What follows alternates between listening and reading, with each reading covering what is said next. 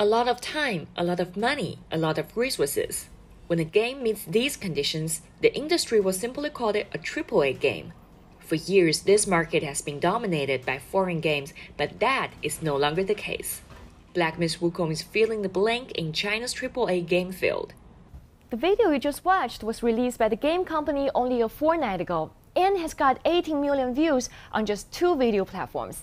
This role-playing game based on Journey to the West has not only become a hit domestically, but also the talk of the town globally. I have been looking forward to this game for a very long time, and yesterday I have played this game and was shocked by the wonderful picture in it. The overall design of monsters is very Chinese, and it revolves around defeating monster bosses, which makes players feel very tense and excited. 4.5 million copies, 1.5 billion yuan, which is about $200 million US.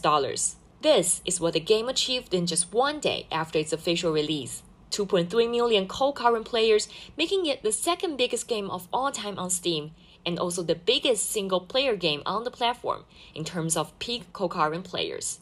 The popularity of this game in the overseas market is enormous. I think the most important thing is that the quality of the game is very high. Its battle operations, graphics, music, and artistic expressions have all reached the standard of international commercial games. Secondly, the Monkey King's image enjoys huge popularity overseas. Thirdly, I think it has commonality with Western figures such as Rise of the Planet and King Kong, which can also help overseas users better understand the emotions and values expressed in the game. An interesting phenomenon is that overseas players are sporting up Journey to the West these days. This actually exposes some of the challenges currently faced by domestic games going overseas.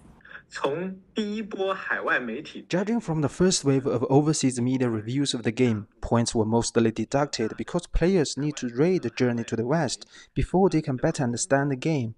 This is a challenge. We need a process to slowly let overseas players and media understand our culture. The success of Black Myth: Wukong is actually a new reference point for domestic games going overseas.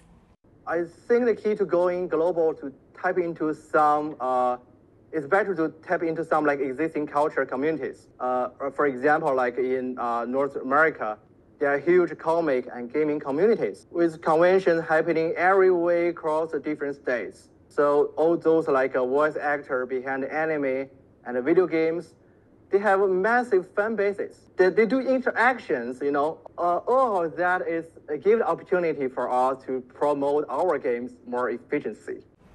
Many years later, as players look back on Black Myth: Wukong, they may not remember its plots, but they will surely remember the day it was released and the shockwaves it created among players around the world. Zhang Zhenyi, CGTN, Shanghai.